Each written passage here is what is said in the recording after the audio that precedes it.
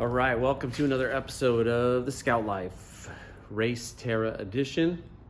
So generally, I'm fairly overwhelmed by the project and the deadline. It's going to come fast. May, first weekend of May, last weekend of April is race time. I have officially registered for the event, so that's exciting.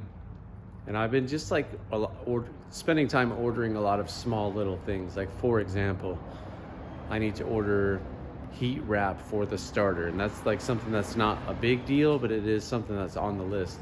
And an example of a lot of the little detail-oriented things. So what I'm gonna do this episode is just keep it kind of simple. We're gonna hopefully get the suspension, the reverse shackle suspension, installed with leaf springs. So we'll be ready for the front axle. I'd like to remove the rear suspension. Well, actually, remove the body. That'll be a big task. And then I'm finally gonna wrap up the valve train. I got some parts to show you, so let's get going right now.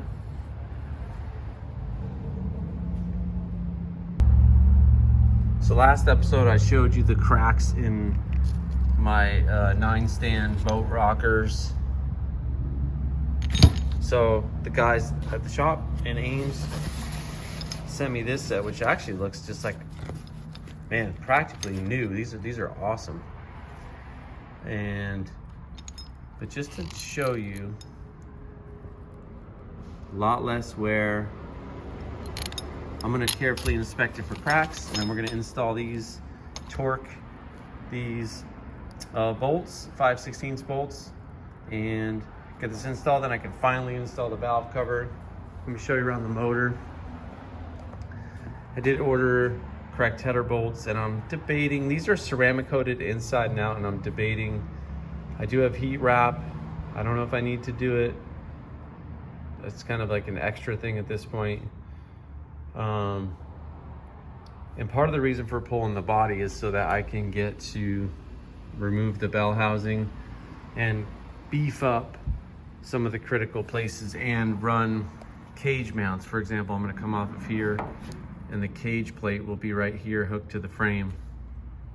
And I can do some of that with the body on. I'll actually do a lot of the placement, but the finish welding I'll have to do with the body off. And there's our booger welded hanger that I'm going to try to cut off tonight.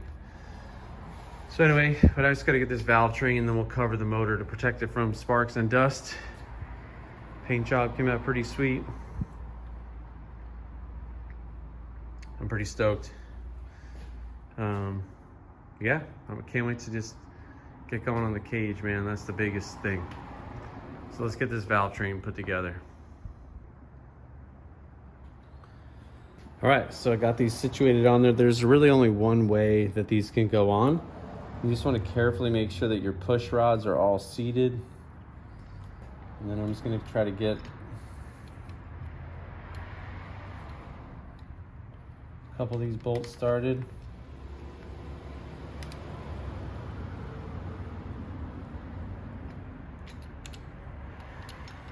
It's kind of a lot of stuff going on, but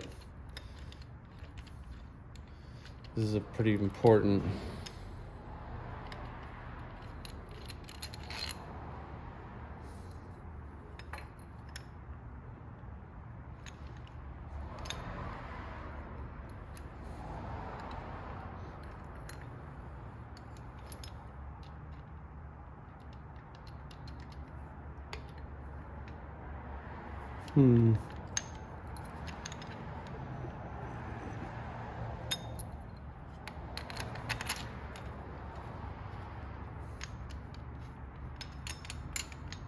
Again, watch.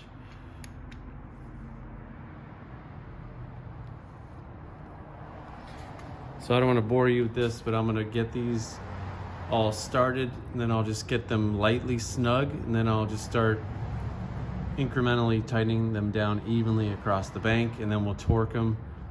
And I don't see a torque sequence in the manual, just a torque spec. So we'll just be careful, and then we'll get the valve cover on and seal that up for good, we hope.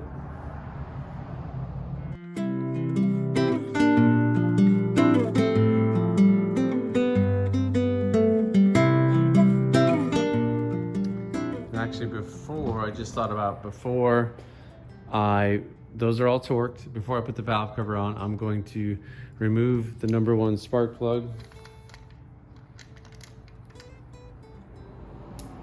which I'll put new plugs. I'll probably put new plugs in it now, but I'm gonna get the motor to top dead center. So we'll spin the timing mark.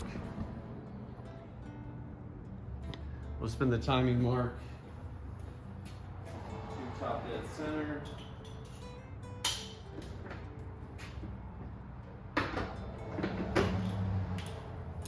Which IH motors are great because they have a big 5/16 nut, and I did mark this. So technique, I'll just stick a finger in the spark plug hole. Actually, sorry. So this is the extension. This actually is difficult because it torques off there with one hand.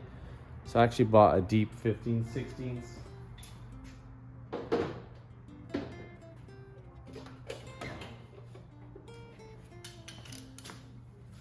That's better. I'm just gonna put that on the crank pulley. Finger in the hole. What I'm looking for is number 1, I'm just gonna check to make sure all the valves are moving. I'm sorry, I'm blocking the camera here. Let me move this.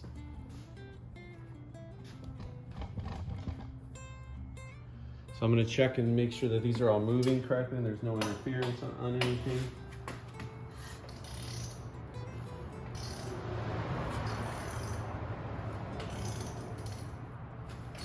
They all look good. I don't hear any noises.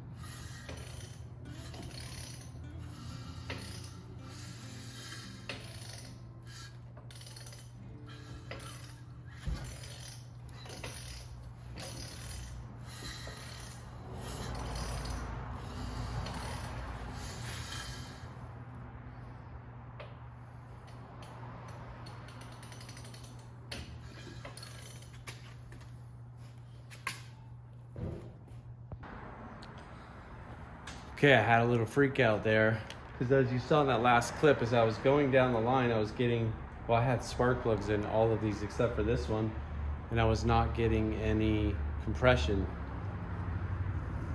So I'm like, man, I know I replaced 2 of the push rods. So then I took all the spark plugs out, and I was getting like intermediate, like medium level compression. Then I'm like, wait a minute, what if the push rods are too long? So then I loosened all these to where they're like basically hand tight, and then I puffed it over and I got really good compression out of all the things. Then I remembered, well, I had 20 thousandths or so taken off of this head. So I wonder if that's the issue. So I'm gonna pull my push rods out and just number 1, make sure that they're all the same length.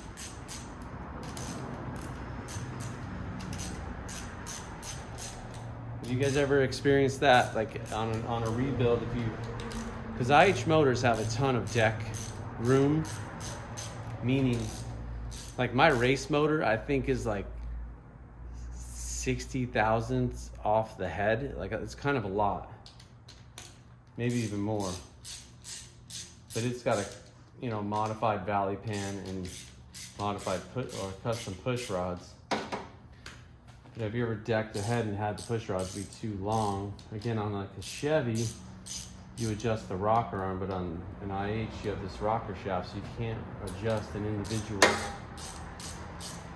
what I'm gonna do is check for make sure that they're all the same length, number 1. And then good news is, the fellas back in Iowa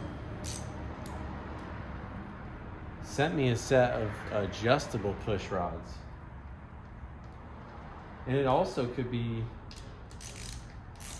You know, maybe these rocker stands were rebuilt because this is a different rocker stand.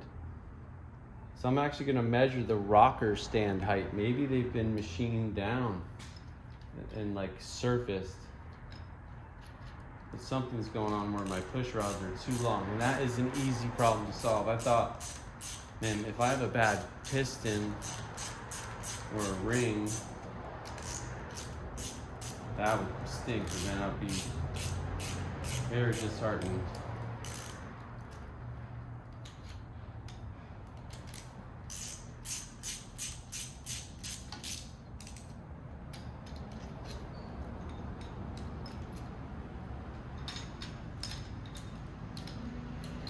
Okay.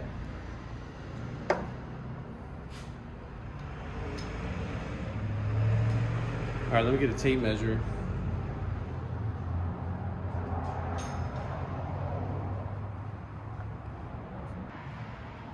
Okay, so first off, I know I want to pull the lifter out, but I know this is one of the replacement ones. This is the replacement one. This is the original. I don't need to measure them because they're exactly the same length.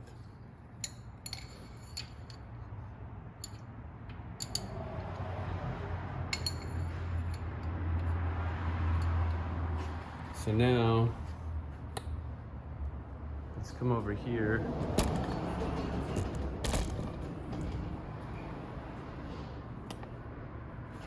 Sorry for all the rough camera movement, it's just less edits.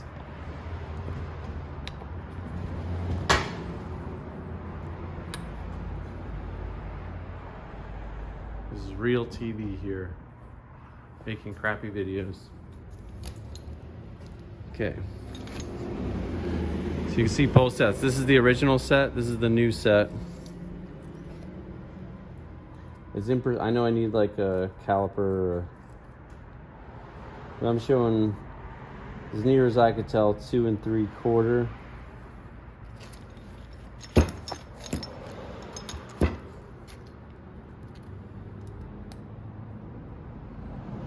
That's the same 2 3/4. Now the good news is I got a set of these bad boys. Now check these out. These are the correct style. They're adjustable on this end. So I'm gonna, whoops.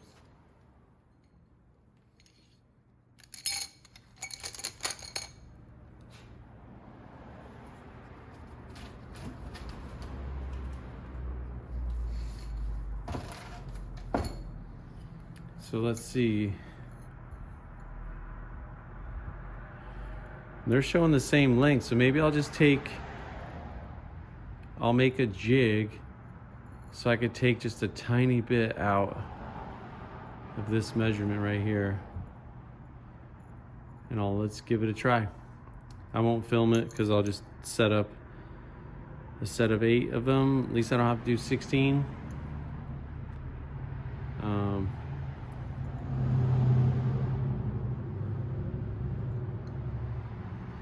Profile is a little different. This must be the lifter side.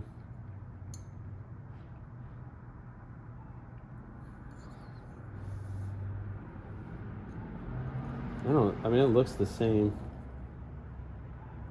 Yeah, it's got to be the same. Okay, let's make a jig so I can get them exactly the right length each time, and then let's shorten these and slap them in. Okay, so don't make fun of me, but I just got this Swag off-road, never used, so there's no metal on it, but it's a Swag band, like portaband bandsaw, vertical bandsaw, because I like those and I have to do fabrication and I have no way to cut metal other than a grinder. So I took this loose, I set this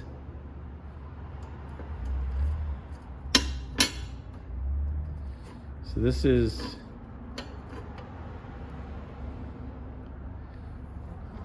sorry,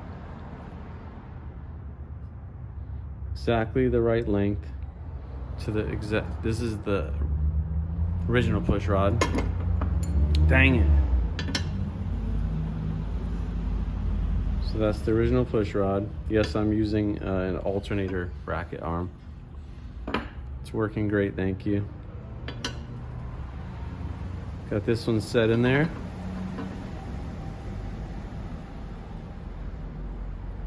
Same spot. Maybe that's that's about an 1/8 inch. It's maybe a little aggressive. I don't want to go quite an 1/8. See.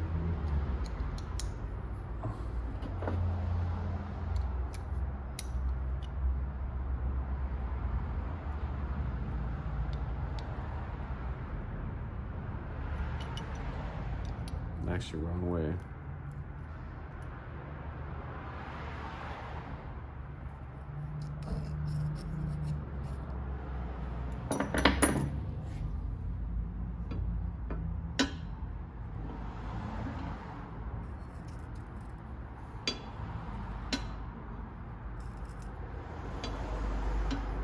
And remember, if this was a solid tappet cam, it would matter a heck of a lot more.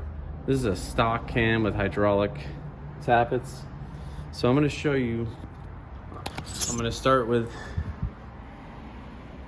since it's that much shorter, I might go a touch shorter because you don't want your push rods too long. Because then the valves won't close and you'll have compression issues. So I'm gonna set all these. I'll holler back at you when we get it done. Okay, so I got this set. It's just under an 1/8 of an inch shorter. But I got it perfect. So now I'm gonna remove this one.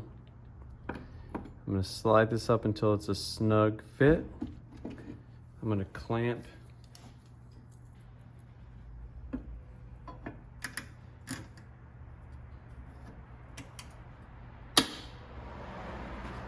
Clamp this wonderful, precise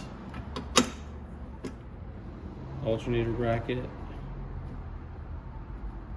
100 points to whoever tells me what motor this is off of. I don't know.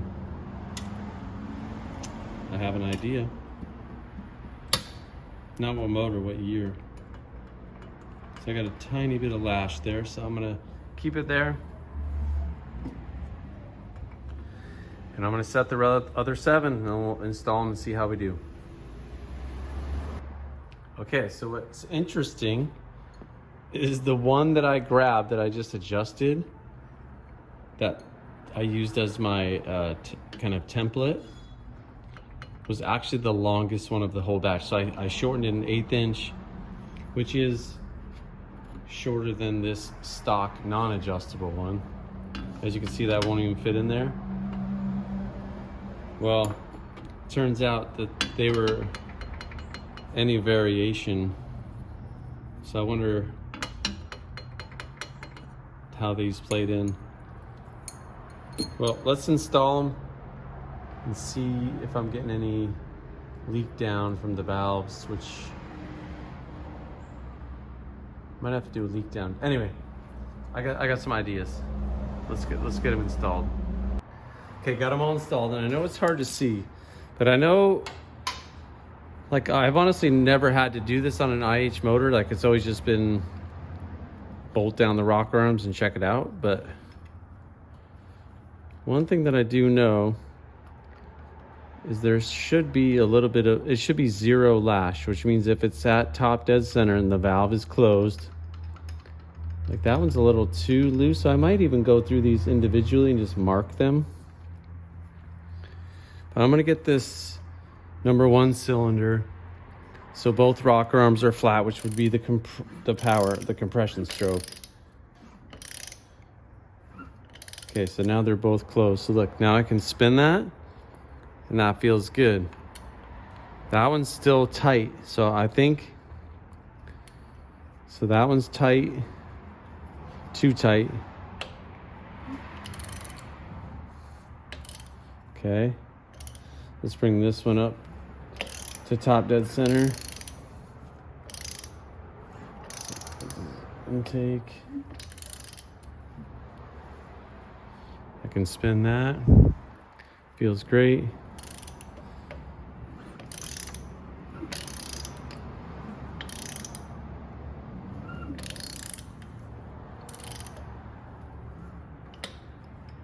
That's probably a little too loose, but it is zero lash. Zero lash.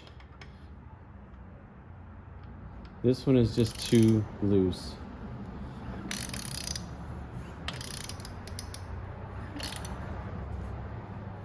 So this one is too loose, this one is too tight. So I'm gonna take this back off. I'll crank this one. I'm gonna do this one at a time and try to stay organized. So, cause this one needs to be longer, but you would just clack a little bit. It's not the end of the world, but might as well get it perfect. This baby's gonna be cruising at three to 4 grand all day long. All right, I'm gonna shut the camera off and just do it. Be back. Okay, so now I got it done. They all feel good to the touch. So now we're gonna do the puff test. Oh yeah, tons of compression there. Good compression there. Welcome to the street, man. There's always someone revving the motor. No dogs barking. All right, it feels good. I think I'm gonna torque these down, put the valve cover on and call it good, and then we'll wait till we get it running. And we'll just make sure they don't clack and feel how the motor runs. And I'll probably do a compression test just to see what's going on. I'll probably do that right now, actually. Yeah, this might be a short video. Remember I said I wanna try to do a video a week, regardless of what I get accomplished. And I'm heading to Iowa tomorrow to be at the shop, so you'll see some content from the shop. But I'm gonna have a week off of this project. So anyway, let's go. So I got the timings top dead center on cylinder number 1. I don't know if I showed this in the earlier video, I think I did, but you always want to glue. This is how I like to do it, is after you dimple these bolt holes kind of up. So I take a ball peen hammer and just on the edge of like the frame or a metal bench, just divot this so it protrudes out, because sometimes you'll see like the tin is stretched from over tightening. But I like to stick, especially on a race truck where we're going to potentially have to access the valve train, stick the gasket to the valve cover, but not to the head. And 196s have this push rod guard, which I'm nervous about it creating a leak, but oh well.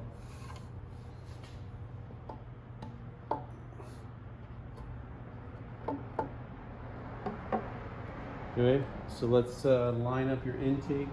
This little tabs on the intake.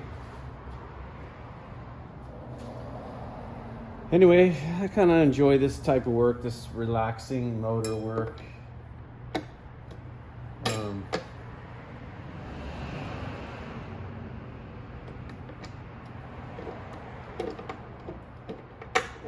Another thing I want to ponder with you guys is, and we'll throw this out on Instagram as well, is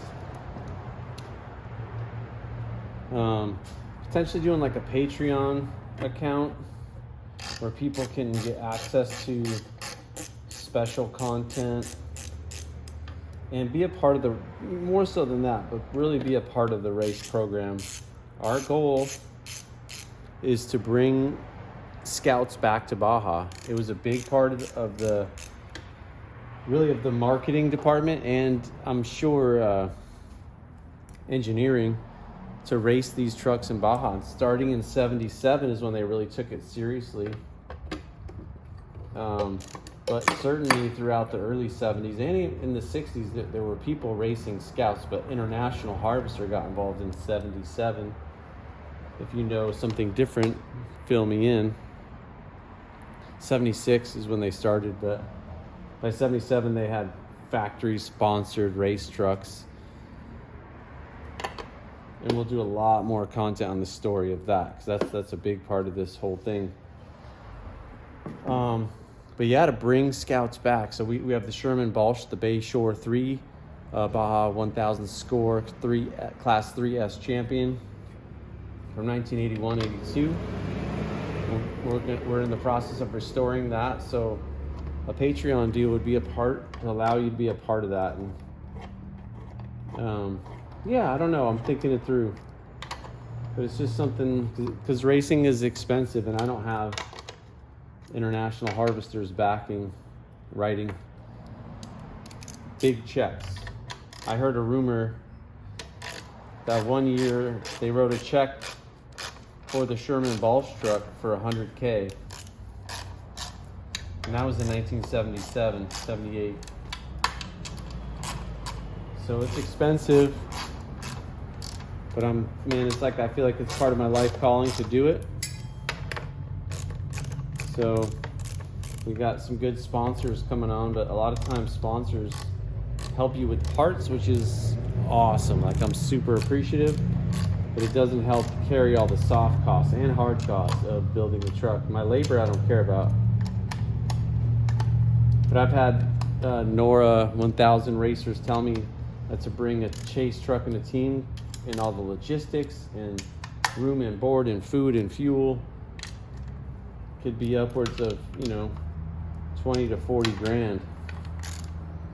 And that's a lot of expense to bear for one dude and one shop. So anyway, I've just had a number of people ask, how can you be involved? And that's one way that people can be involved in a really meaningful but attainable way. Anyway, I'm pretty much wrapped up on here. I might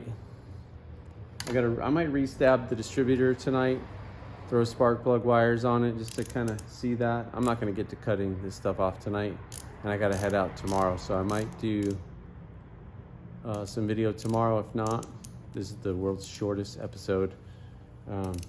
But we got a lot done. I feel like we solved a huge problem. Valve cover is on for good. So yeah, maybe I'll do the distributor while it's nice and quiet and no one's phone's not ringing. People aren't calling me, texting me. I gotta also get the right belts. That's another task that I have on my plate. And I ordered the correct, it's hard to find the correct bypass hose, but I did get one. We'll have that up on our site as I am learning from this 196 platform. And who knows, man, if I love it.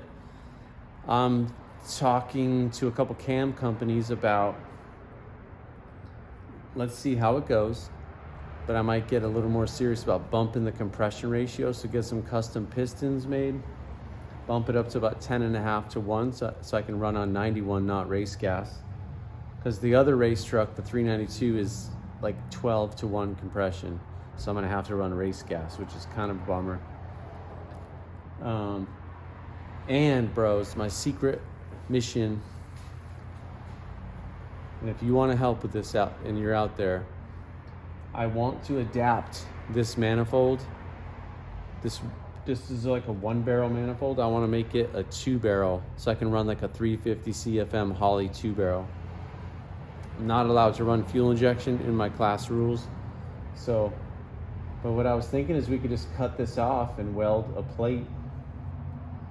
I don't know. I just really don't want to run a 1-barrel. So if you want to make me a 196 intake manifold, think about it. All right, talk to you tomorrow. So we got the tires and wheels loaded up for the race TERRA. Super stoked. Got the General Grabber X3s 33 10 5 15 on some US wheels, slot mags. Super stoked. Let's go get them mounted. All right, here they are, man, in all their glory. General Grabber X3s, made in USA. Look at that. Proud of that. Sick wheels. These are slot mags. I wanted to actually run vintage wheels, but a number of people told me that was not a good idea just because the metal fatigues and blah, blah, blah. So these are the original wheels that were run on the Bayshore 3, the Sherman Balch truck. So we're gonna run them on bolts for now. Maybe I'll go to like a, I don't know, like a turbine on the TERRA. That's kind of what I originally had conceptualized, but anyway, let's go get them. I'm not ready to put them on, so that's kind of a bummer, but at least they're in-house, ready and mounted up, ready to rock.